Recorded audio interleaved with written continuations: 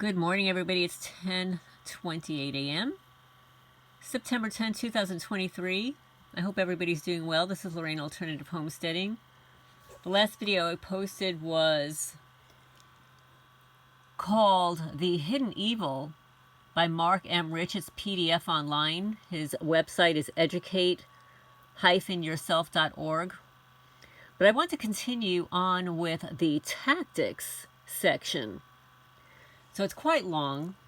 You know, it's 82 pages, so I will take snippets of what appears to be interesting. And I know that a lot of people don't have time to read.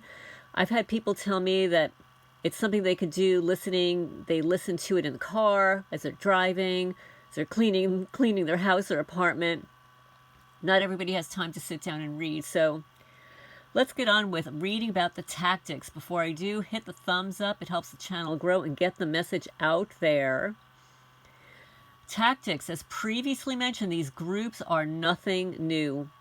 They are a recycled manifestation of an existing phenomenon.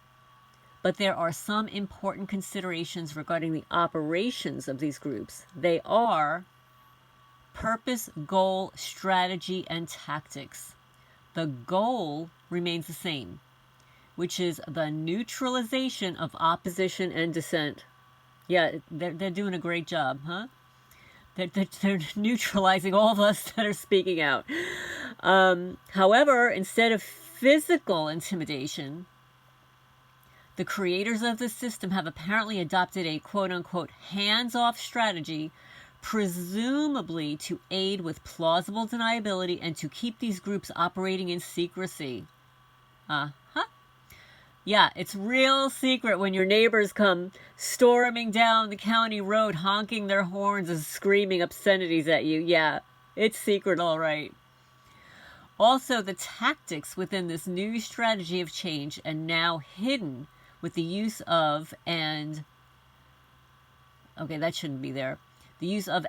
do, which is directed energy weapons, and the borderline subliminal attacks evident in mobbing and gang stalking.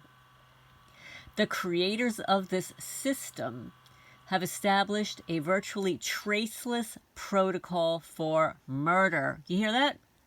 You hear that, folks? A virtually traceless protocol for murder. So that's why when you go to your sheriff's department and report it, go to the county prosecutor, report it, and even the attorney general of the state, they're non-responsive. They're like, what? No, they don't take an incident report. They don't write it. They're all going along to get along.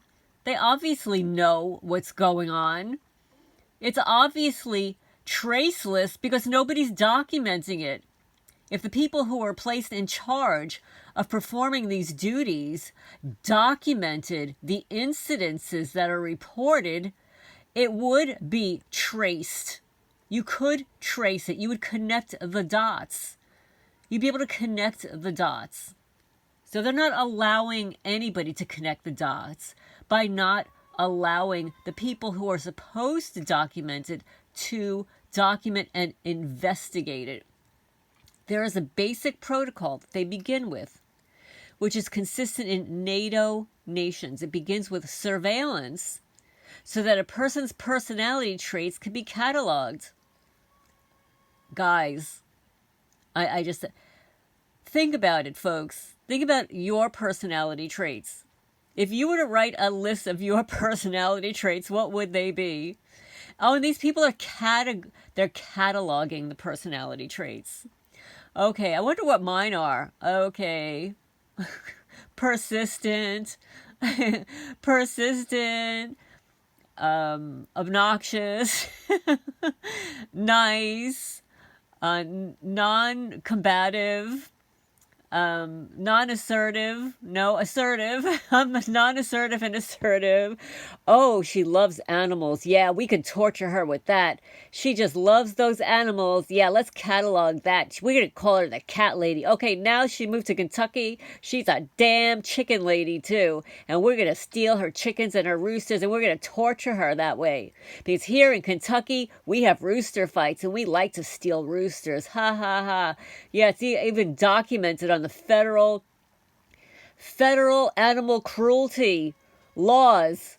Yeah, Kentucky is out there. It's out there. It's documented that even the sheriff's department sits around and watches rooster fights while their friends are getting it on with the roosters. Yeah, nobody reports it. Cool, huh? Yeah. We've got great animal cruelty laws here in Kentucky. I digress. Catalog that, perpetrators. You want to catalog that? Yeah, go just put a little check mark in your box. Speaking out against a chicken and rooster torture. Everything, including in their religion. I can't stand when they use that word, folks. It's not a religion, it's a cult. C-U-L-T. And it's also a cult. O-C-C-U-L-T. It's a cult and a cult. It's factored into it. At a later point, they are singled out for preliminary stages of harassment, which includes gang stalking, entry into homes and apartments. This gang stalking is apparently used to, quote unquote, soften up a targeted person for the eventual assault with directed energy weapons, DEWs. The DEW harassment gradually increases to extreme conditions. This pattern has unfolded consistently. Yes, the patterns here are extreme in Kentucky. I did not have the kinds of physical assaults in New Jersey as I did here. As I did as soon as I moved here, actually. Some of the gang stalking tactics used in these programs are borderline subliminal, which is why they're so difficult to detect, explain, and defend against. It is my goal to make the unconscious conscious. This is a multi-dimensional stalking program. Many of these tactics are a type of mind control. Please keep in mind that most people are unaware that they're targeted. This is true. This is why we need to get the message out there. And more people need to be listening to this because this may be happening to you. All you newcomers that are preppers and homesteaders and farmers and stuff, I guarantee this is happening to you. You just don't know it yet. It's happening in the background. And also, they like to single out people that live alone. And most farmers and homesteaders, at least the ones that I watch, are at least a couple, a husband and a wife. And most of them have many children, and some of them even have elder family members living on the property and people working for them. So the more people you have around you, the less likely these criminals are going to be able to get into your house. A theoretical example of a car door slamming event. So one neighbor arrives and two others leave. As they're tending to their vehicles, there is a repeated opening and shutting of front and back doors and trunks. Alarms go off, beeping from alarms being turned on. These disturbances emanate from areas around your house. This may happen simultaneously, or they may be strung together, one right after the other. Even if a single individual is arriving and leaving, standard practice seems to be multiple slams, trunk, back seat, driver doors. The whole event takes about 5 minutes. This may be synchronized with your activity, such as your arrival or departure. The event may also be part of a noise campaign consisting of an alteration of other types of noises, which may last a portion of the day or all day. Oh yeah, this happens to me, folks. When I walk out into my fields, yeah. The people across the street, I hear like the car alarm, beep, beep, beep. Or you'll hear somebody come driving down that road, revving up their engine, etc. And it's only when I walk out into the field that this is happening. You got 3 or 4 cars driving by on this remote county road. The synopsis here is the event lasts for 5 minutes longer than normal. In addition to length of the event being extended, the number of times each event occurred within the event was increased, the frequency. For example, multiple repeated doors, trunk, slamming of cars, even if a single individual is in the vehicle. This event also happens many times throughout the day, which is a frequency. Each individual act of door, trunk shutting was amplified by the deliberate slamming of each door to produce a louder than normal noise, which is considered to be intensity. In essence, the event was louder, contained more activity, and lasted longer than normal and produced a well-concealed, covert attack. This basic formula is used with many of the tactics outlined below. The frequency and duration formula, see, they're calling it a formula, is also used in mobbing tactics. In addition to the overuse of an individual tactic, these tactics are combined and used in round-the-clock fashion which amplifies their potency. Some of these tactics are categorized as street theater. Street theater takes place when perpetrators harass you out in public using information about your personal life, which was gleaned by surveillance. Some of these tactics are deliberately designed to make someone appear as though they're suffering from a mental disorder. Folks, the only people that are suffering from mental disorders are these losers that are doing this. Listen, if somebody told you to go outside at a certain time of the day and slam your car door, I mean, is that sick or what? That is totally sick. Oh, I'm just going to go outside every day at 10 a.m. and slam my door. What are you, a puppet? This, coupled with the fact that most targets are so emotionally drained and can't properly identify or explain what is happening to them, make them a fish in the barrel. I don't know, folks. Yes, a lot of targeted people are emotionally drained, but let me tell you, I have seen some people document their stuff like so well. It's just incredible. Like Connie Marshall in Louisville, Kentucky. She sends out a letter, an email, almost every day documenting her harassment, her systemic harassment up in Louisville, Kentucky. So, according to the Department of Justice, mental tactics designed to cause psychological harm must last for months or years before they constitute torture.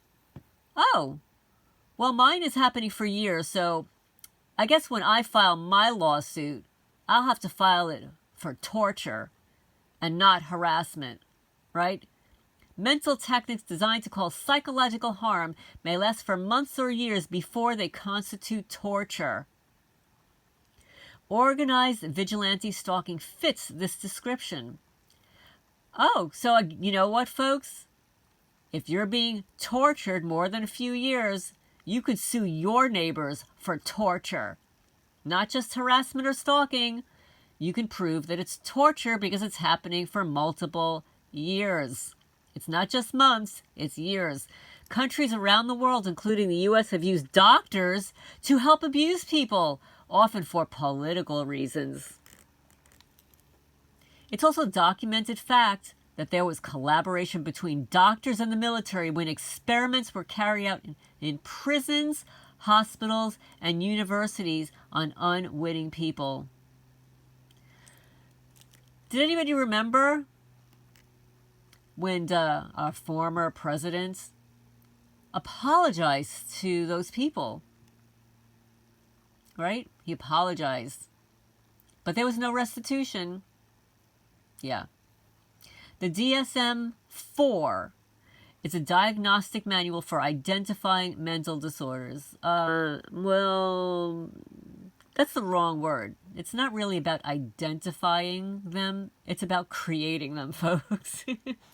It's about creating them. And I cannot stand this word mental.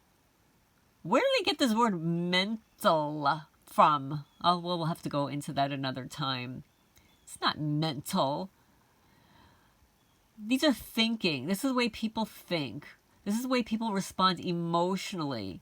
It's not mental.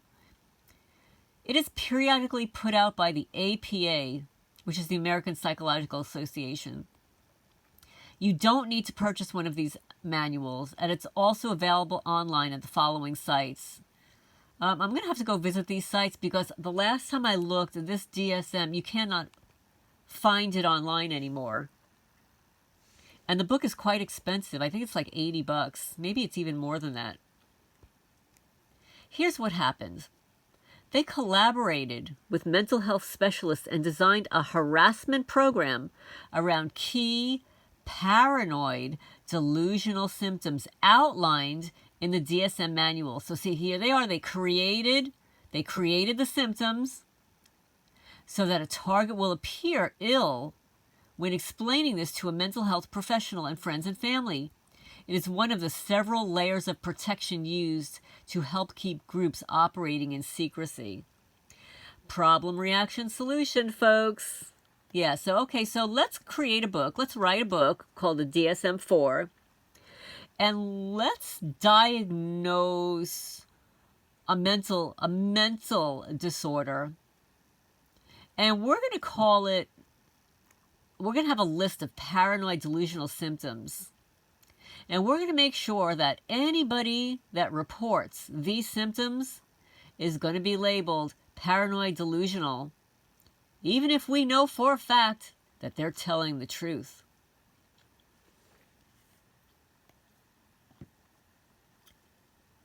Investigations.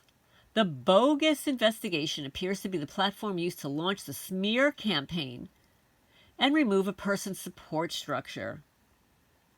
Bogus investigations using a person's friends, family, and employers appear to be a standard part of the organized stalking package.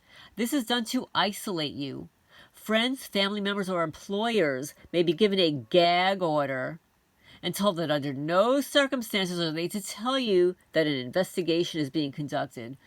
Guys, if this happens to you or anyone you know, if there is a gag order, you know that this is a huge red flag. Huge. If somebody tells you you can't talk about something because there's an investigation, your antenna should go wide up. You should be looking at that person, telling you to not speak about it, telling you there's an investigation with suspicion, even if they're wearing a badge or a cheap suit. Like the thugs that were walking around Sutton Drive in Manalapan, New Jersey, talking to my neighbors, but staring me down. The people who organize these harassment programs will try to assassinate your character. Yeah, in New Jersey, I found out what they were saying. They were calling me a skinny little whore. Yeah, I was a skinny little whore. And then here in Kentucky, my big mouth neighbors have the audacity to say that I don't pay people. Really? I don't know. I'm the only one on the block that has a legal land survey. It costs several $1,000s, but none of you guys have one. I guess you're the guys that can't pay somebody. They will carry a case file on you that they will use for character assassination and to gain community support. Yes, Karen Stewart has confirmed that this is the case. She's actually spoken, and she's documented this in her testimony, that police officers will say that some of them carry these case files around with them. This is why when you FOIA request it, you won't find it, because it's in a special little file folder in some police officer's back pocket. When recruiting neighbors, they will probably show them this case file and indicate that you are a target of an investigation. Yeah, we're investigating that skinny little whore who likes to cut grass. And she's got cats. She's a cat lady. Oh my goodness, wow. Our tax dollars are really hard at work. Wait a minute. What happened to the 800,000 children that go missing every year in the country? How come you can't find them? Oh, we're too busy targeting 65-year-old women in rural Kentucky 24/7.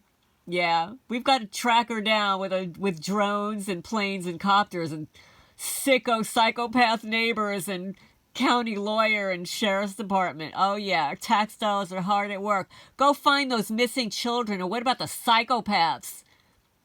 I was reading in the local paper, just not to get sidetracked, that some loser here in Kentucky was on the front page of the local paper for jabbing people with spider venom.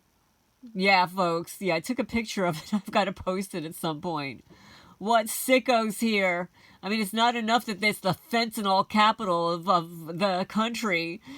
The methamphetamine capital of the country here in rural Kentucky. But yeah, now they're using spider venom to spike people with. Their informants may be a single person used to help frame you, such as a tagger.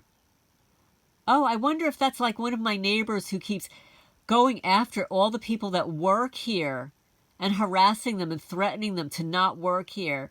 Ow! If you continue to work on her property, you will be part of our lawsuit. Yeah. Again, these stalking groups usually have hundreds of local members. Well, folks, there are only like 700 and something people living here. It must be the whole friggin' county. It must be the whole town. During COINTELPRO, there were routine setups and fabricating of evidence used to destroy a person's character or have them imprisoned.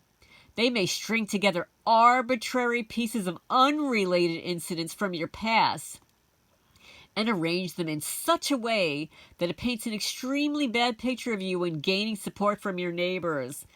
Oh, yeah, okay. I would love to see that report, folks. I would love to see it. In fact, why don't we all discuss all of our wonderful characteristics, like being an honor student, being in honor associations since I'm a child. I think that's a great idea. Let's just tag together all these stupid fabricated evidences. Oh yeah, she collects stuff. Oh yeah, she collects angels. Oh yeah, and you know what they've done to the angels? They've cut the nose off them, the wings. They've drawn on their faces. These people are sick. Very sick people. They can recruit stores and restaurants using the same method, and they may even have informants working in these establishments. Remember, 1 in 24 citizens will be called upon to be an informant. Oh my goodness, I should take out my calculator and do the math. 20. Let's say 24 into 800. So it's the whole friggin' town, folks. It's the whole town. The case file of you may indicate that you are a I shouldn't be laughing. A probable rapist, pedophile, drug dealer, prostitute. Right, I'm a skinny little whore. Prostitute, terrorist, or racist that they're investigating. Okay, well, you can rule that out. You can rule out the terrorist, the racist, the drug dealer. I don't even take an aspirin. Pedophile, nah. Rapist. Oh my goodness. Yeah, but okay, I'm a skinny little whore that doesn't pay people. Or they may tell these people that they can't say why for reasons of, don't you love this one? For national security. Meanwhile, no one to date has ever been able to give you a list of the indications of what national security is. They'll be told that they will be doing their country and community a great favor for cooperating. All these patriots. However, labeling someone a pedophile seems to be quite common. Oh my goodness, guys. They're labeling everyone a pedophile? Well, let me tell you, folks, here in rural Kentucky, some people are doing it with animals. They're disgusting. They are pigs. They are disgusting. The animal laws in Kentucky are despicable. Yeah, they do it with animals here. To sick people. They will set up a base of operation in your neighborhood to conduct surveillance. Who's surveilling them, folks? This will probably be next to your home or apartment. They will sublet, lease, rent property above, below, and to the sides of your living space to do this. Money is no object. They have an unlimited budget. This is disgusting, folks. I hope people who are not targeted are listening to this. Money is no object. They have an unlimited budget. Yet people can't afford to pay for food. They're becoming homeless. They're becoming homeless because of programs like this.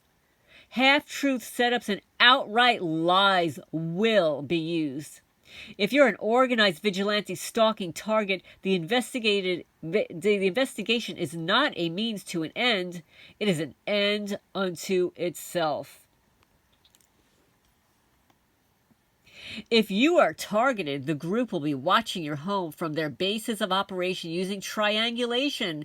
Neighbors will be told that they'll be doing their country a great favor by allowing them to occupy space in their home until the investigation is complete. If neighbors don't cooperate, they may be targeted or audited by the IRS. During COINTELPRO, the IRS was used for harassment.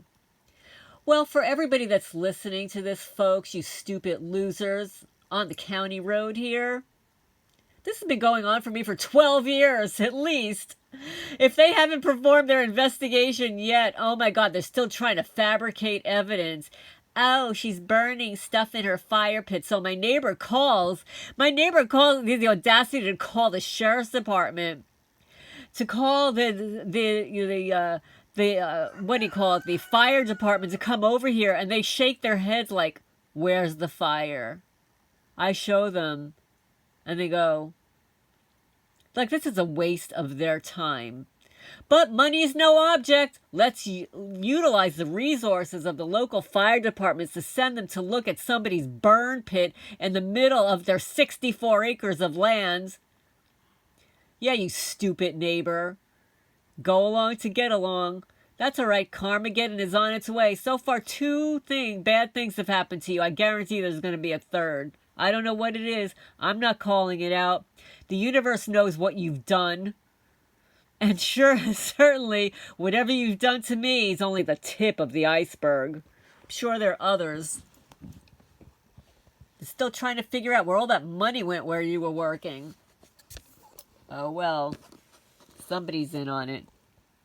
Devices such as radar flashlights and millimeter wave devices, like the ones used at airports, may be used. Oh, but meanwhile, the neighbor is yelling at me for using a spotlight on my property when I'm using a flashlight. But these people are using radar flashlights. The Life Assessment Detector System, LAADs, developed at Georgia Tech, was apparently created to rescue people trapped in rubble, avalanches, and disasters. It has a range of about 135 feet and can detect a heartbeat and respiration. It can also be configured to track a specific person's movement inside a building. That's right, folks. Soldier Vision A1 is a radar flashlight. It has a standoff distance of 30 feet and can detect motion behind a wall at 30 feet as well. These flashlights have been steadily researched using military and university testing labs since the 1990s. Raytheon, oh yeah, they're always involved in this shit. Raytheon is involved in working on through-the-wall radar technology that will allow a device to wirelessly transmit output to a laptop up to 300 feet away. Isn't that amazing? They could send this stuff into your laptop from 300 feet away. Some of these flashlights display images in 3D format, can detect respiration, and can see through wood, brick, plasterboard, glass, and concrete. Remember, this is a professional harassment service run by former or current military or federal law enforcement. So they're all violating their oaths, people. They have the latest everything.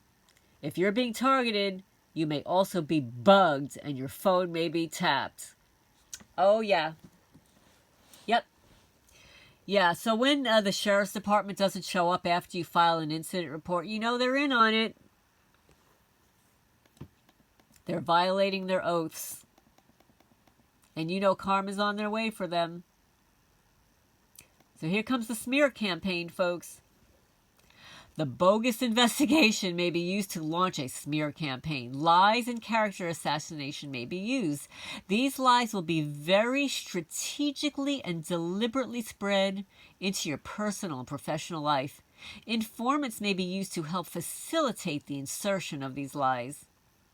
The usual rumors spread about the target are that he's a pedophile, a prostitute, or you're like a skinny little whore, a terrorist, a racist, anti-government, mentally ill.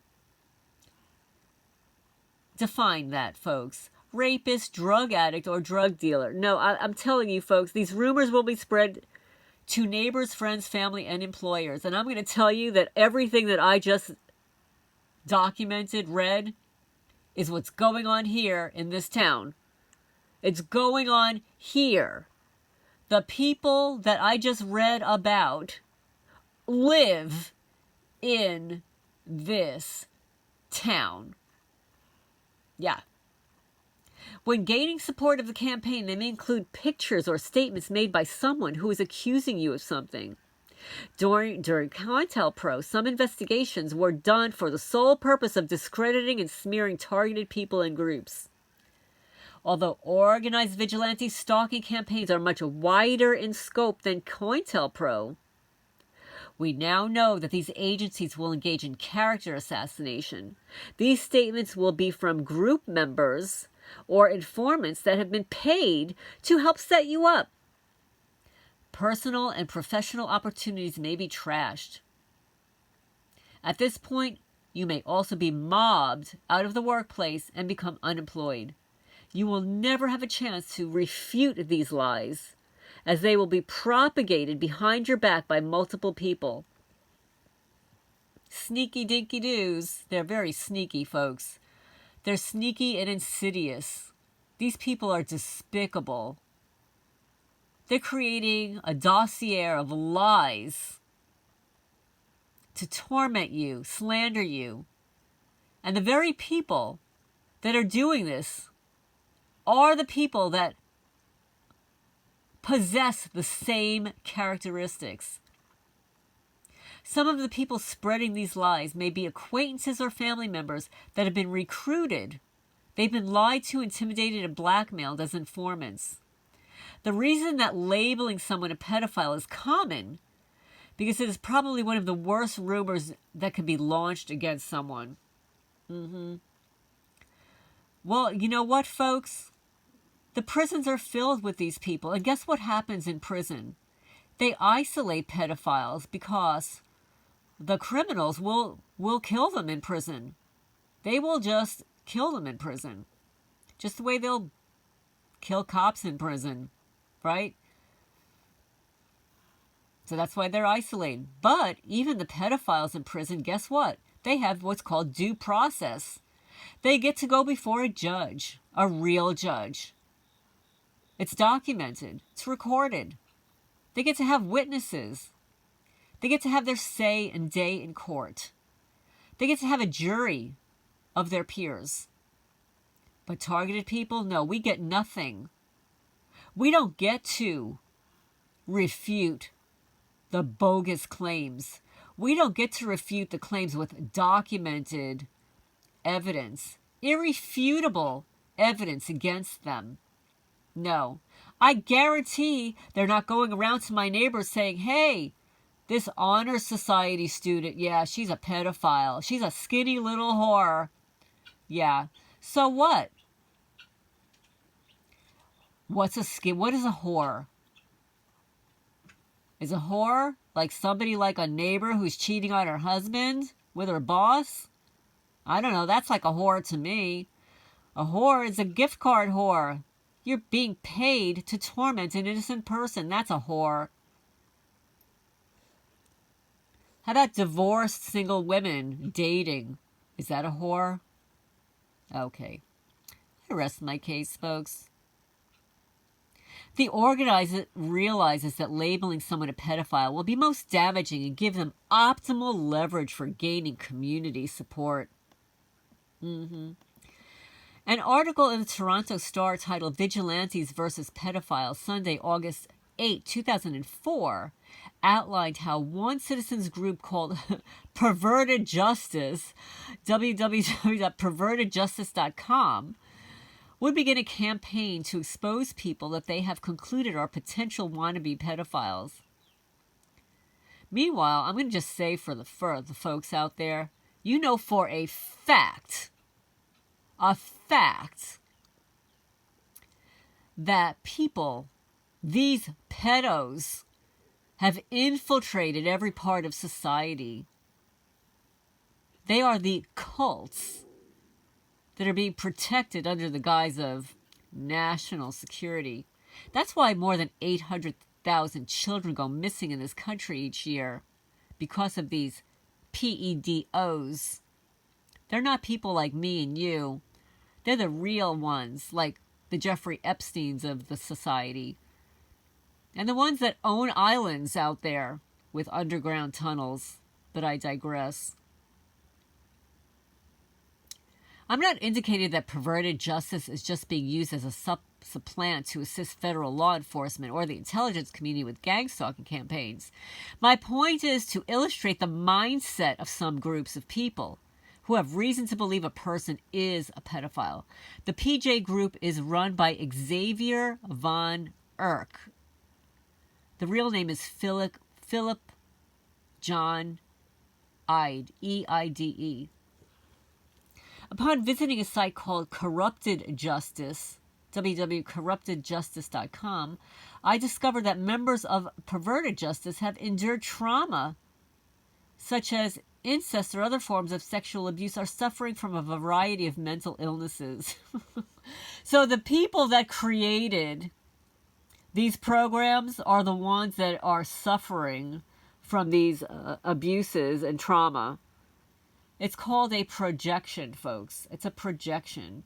These people are projecting their own psychological problems onto the innocence of you and me. So the CJ site also has some very interesting message board chats publicly available. Now, I don't know if they're still publicly available, folks. So I don't want to spread, misinformation here. I'm just reading the document written by Mark M. Rich, but this is dated 2006. So I guarantee that some of these chat boards and message boards no longer exist.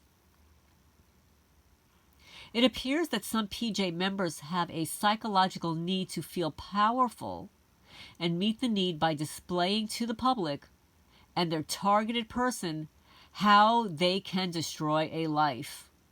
Is that interesting?